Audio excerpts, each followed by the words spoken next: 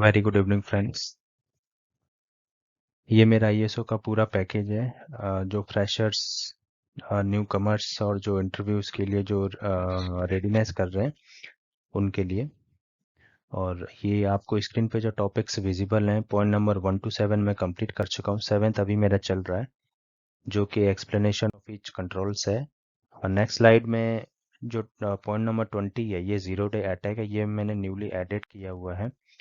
Next slide पे A14 system acquisition development and maintenance. ये जो क्लाउसेस नंबर A14 है, A14 के पहले A5, A6, A7, A8, 9, 10, 11, 12, 13 मैं ऑलरेडी कंप्लीट कर चुका हूँ। इसके लिंक्स आपको डिस्क्रिप्शन में मिल जाएंगे। अगर आपसे स्किप हुआ है, you can check in the links provided in the description side, और आप उसका स्नैप भी ले सकते हैं अगर कुछ छूटा हुआ है तो स्टार्ट करते हैं फ्रेंड्स। इसमें टोटल 13 कंट्रोल्स है हमारे। इसमें पहला है information security requirement analysis and protection, this one. इसमें बेसिकली ये A14 वाला जो हमारा क्लाउस है, इसमें बेसिकली हम लोग क्या चीज़ चेकआउट करते हैं कि कोई भी न्यू सर्विसेज या कोई भी न्यू रिक्वायरमेंट अगर हमें आती है तो इसका हम उसको कैसे एक्वायर करेंगे, उसका प्लेटफॉर्म सिस्टम पे हम कैसे रेडी करेंगे, डेवलप करेंगे और उसको मेंटेन करेंगे, और जो रिक्वायर्ड पार्टी है जिसने ये रिक्वेस्ट दिया हुआ है उसको हम कैसे सर्विसेज प्रोवाइड करेंगे। ये पूरा कंसेप्ट हमारा इसी वाले स्लाइड में है। मतलब A14 वाले इसमें है ना, क्लाउसेस में डिस्क्राइब किया हुआ है।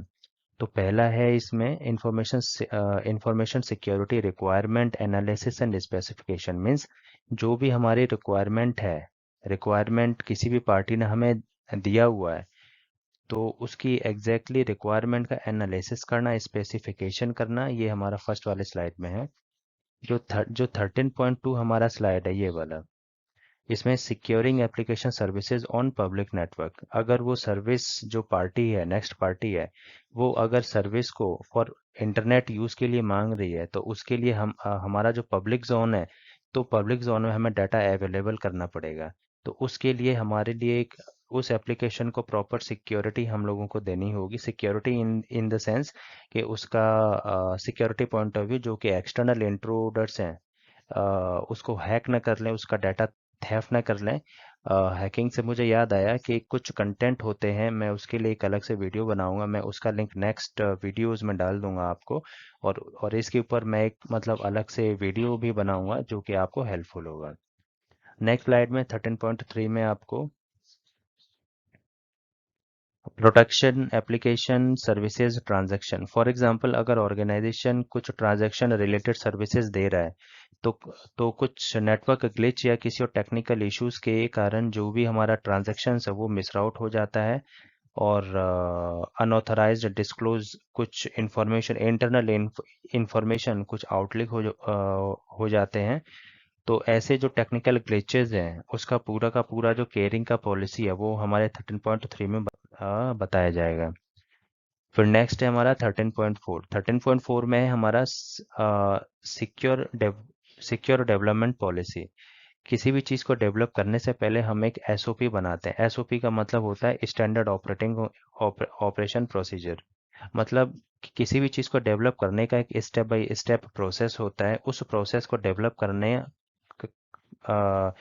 डेवलप करने का जो डॉक्यूमेंट होता है, उसको उसको हम लोग रूल बुक या फिर एसओपी बुक बोलते हैं। तो ये पूरा एक एसओपी मैनेज होना चाहिए अगर हम कोई भी अपना डेवलप कर रहे हैं और उसको सिक्योर करने के लिए। नेक्स्ट है हमारा 13.5 है। इसमें system change controls, this one, ये वाला, this one, system change control. इसमें क्या रहेगा कि हमारा जैसे पूरा एप्लीकेशंस रेडी हो चुका है, रिक्वायर्ड जो एप्लीकेशन था, तो उसमें जैसे हमें कुछ सिस्टम में कोई कुछ मतलब चेंजेस करना है, उसमें कंट्रोल पॉलिसी हम लोगों को लगानी है। फॉर एग्जांपल जो इंटरनल एडमिनिस्ट्रेटर होते हैं, तो एडमिनिस्ट्रेटर में हर किसी को हम लोग सेम राइट दे नहीं सकते, right. Read write execute basically होता है तीन चीज़। तो अगर हमें उस एप्लीकेशन के सिस्टम में कुछ हमें चेंजेस वगैरह करने हैं तो वो चेंजेस हम रीड राइट एग्जीक्यूट के हिसाब से दे सकते हैं। तो ये पूरा किस हिसाब से होना चाहिए, इसके लिए क्या क्या अप्रूवल का रिक्वायरमेंट होता है, वो पूरा इस वाले पॉलिसी में बताया हुआ है। नेक्स्ट है हमारा 13.6 technical view of application after operating platform changes. जैसे कोई एक हमारा मशीन है, उसका वो अगर अगर वो बार बार जैसे डाउन हो रहा है तो हमें पूरा जो एप्लीकेशन है उसको शिफ्ट करना पड़ेगा न्यू सर्वर पे। तो जो न्यू सर्वर पर है उसका मतलब हमारा जैसे प्लेटफॉर्म चेंज हुआ है, राइट। फॉर एग्जांपल हमारा पुराने वाले सर्वर पे विंडोज 10 था और न्यू वाले सर्वर पे हमारा विंडोज 11 है। लेट्स से मैं एक आपको जस्ट एग्जांपल दे रहा हूँ। तो एप्लीकेशन शिफ्ट करने के लिए हमें टेक्निकल रिव्यू ऑफ एप्लीकेशन करना पड़ेगा, जैसे उस प्रॉपर प्लेटफॉर्म पे हमारा जो एप्लीकेशन है वो कंफर्टेबल है या है नहीं। और भी मतलब एक पूरा चेकलिस्ट होता है, वो चेकलिस्ट पूरा फॉलो हमें चेक करना होगा। 13.7 में है हमारा restrictions on changes to software package. जैसे सॉफ्टवेयर का पैकेज है, जैसे कोई एप्लीकेशन डेवलप हुआ है उसमें उसमें चेंजेस हर बंदा ना कर दे। तो उसका हम पॉलिसी डेवलप करेंगे कि हर बंदे को इक्वल और सिमिलर काइंड ऑफ एक्सेस ना हो। अदरवाइज फिर हर कोई बंदा उसको मतलब आके अपने अपने हिसाब से एप्लीकेशन का चेंजेस भी कर सकता है। तो इस चीज़ को रेस्ट्रिक्ट करने के लिए हमें उस एडमिनिस्ट्रेटर के हिसाब से एप्लीकेशन के चेंजेस हमें मैनेज करने पड़ेंगे। नेक्स्ट है हमारा 13.8 सिक्योर सिस्टम इंजीनियरिंग प्रिंसिपल्स। इसमें इसमें जो इम्प्लीमेंटेशन एफर्ट्स हैं, इसमें जो हमारे इसमें जो हमारे इम्प्लीमेंटेशन एफर्ट्स हैं और जो इस्टेब्लिश जो जो हमारे डॉक्यूमेंटेड हैं, ये पूरा हमारा system secure system engineering principle में बतलाया हुआ है। 13.9 में है हमारा secure development environment.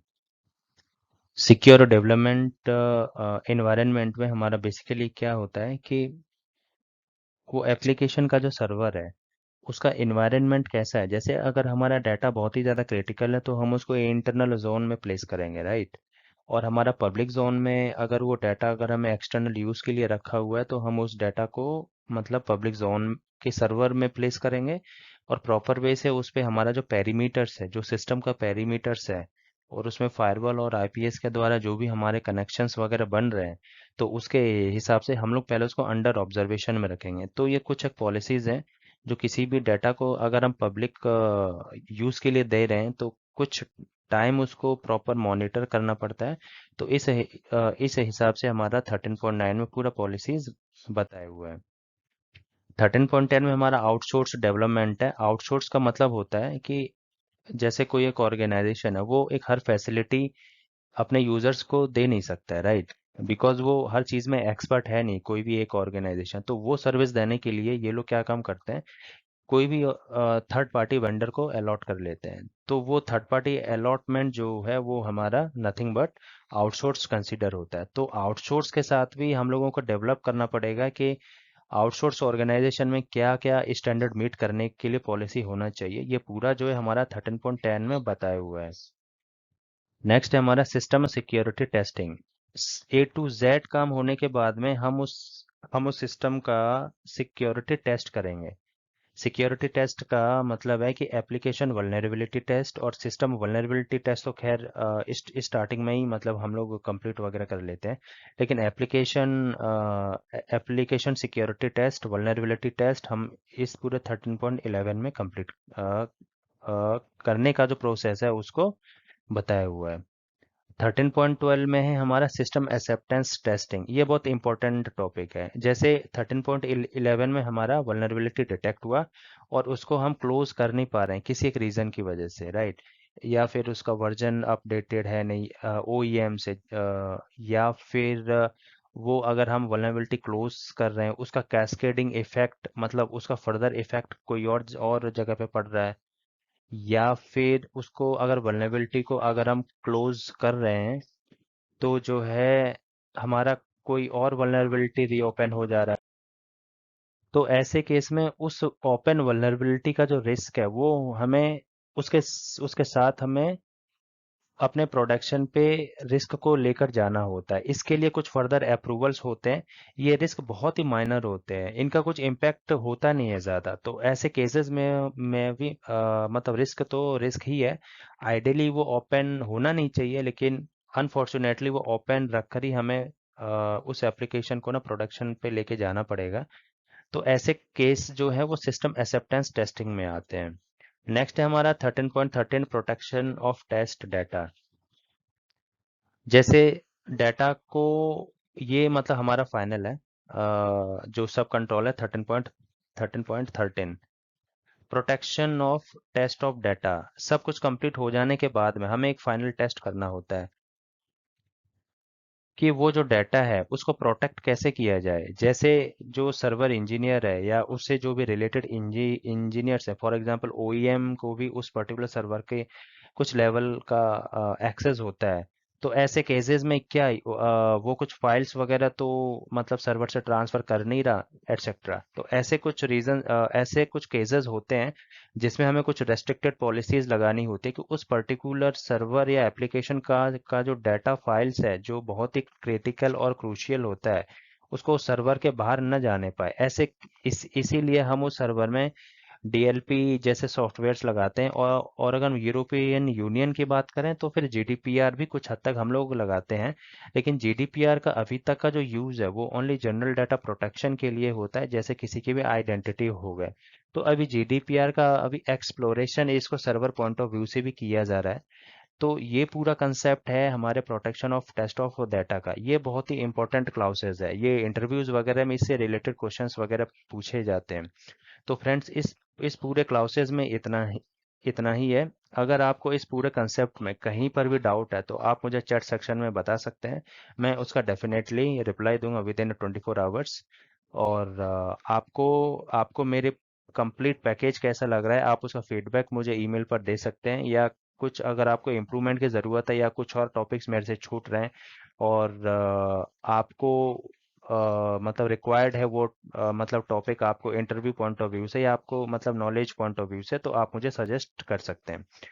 So all right, thank you friends.